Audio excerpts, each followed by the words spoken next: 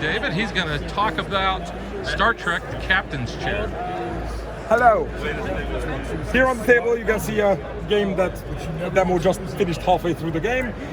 Star Trek Captain's Chair it's a deck building game by mechanism, but it's not really a deck building game by genre. So what I mean is, what you do in the game isn't what you do in all the deck builder games, because you're not starting from a weak deck and then getting stronger and buying better cards. The deck building is more of a tool to run your strategy. It's on your turn, you will play cards from your hand.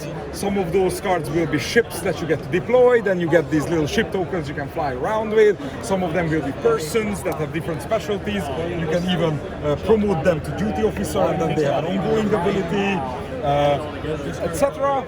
Why are you doing it? You're doing it either to raise your specialties, your research, influence, military, which unlocks stronger effects on certain cards, or increases the scoring value of certain other cards late game, or you're trying to achieve special conditions to get Warforged gets better the better your research skill is, or you're trying to get encounter cards, which are the epic super cards of the game that are quite hard to get. You have a special card that you need to be able to play to get these, or you're going for the neutral zone and trying to take control of locations, which helps your economy and or makes encounters easier. But that's like a mini area majority game where your opponent can either try to keep up with you or trip you up a little bit for it and keep you bogged down.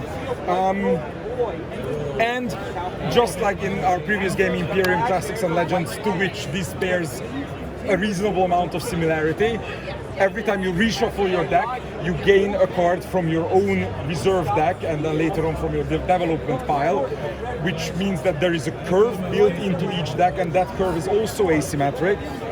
And it also means that the development cards are quite strong, and they are like the payoffs of various strategies. For example, Kang the Dahar Master gives you a free encounter if you have 15 glory already, because the Klingons like to be very glorious. But for that, you have to reshuffle your deck enough times to get to the good stuff. So these are the main things you do. You try to optimize your deck, you try to get locations, you try to get encounters, you try to go up your decks. And the rest is, action optimization, resource optimization.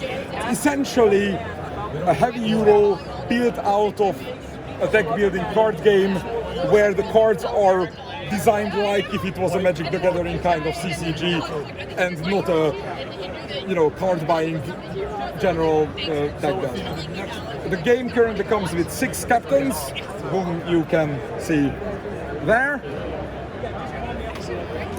The rulebook will tell you how complex each deck is and where to start, and the asymmetric system is at least as asymmetric as what we've done in Imperium Classics, Legends, Horizons. So that replayability is our middle name, and it's a 1 to 2 player game. If you play solo, then a bot takes your opponent's place, but each captain has a custom bot. So playing against Cisco feels very different than playing against Koloff. And so playtime, we play the low complexity decks in about just under 2 hours, and the high complexity decks in like 2.5. Obviously, your first game, when you have to read every single card and remember what they do, they'll be 3 hours upwards. But the game is designed to reward extreme replayability. So literally, the more you play it, the better it will be. Both shorter and punchier, because you will do more fun things. The more fun things you realize you can do. Right. Thank you very much. Thanks a lot, Dave. Live long and prosper. Thanks for watching our video. We hope you enjoyed it. And if you did, click that like and subscribe button. You can also follow us on social media like Facebook and Twitter at DadBeDaughter. And if you like what we do and you want to support us, you can visit our Patreon page. So thanks for watching. Thanks.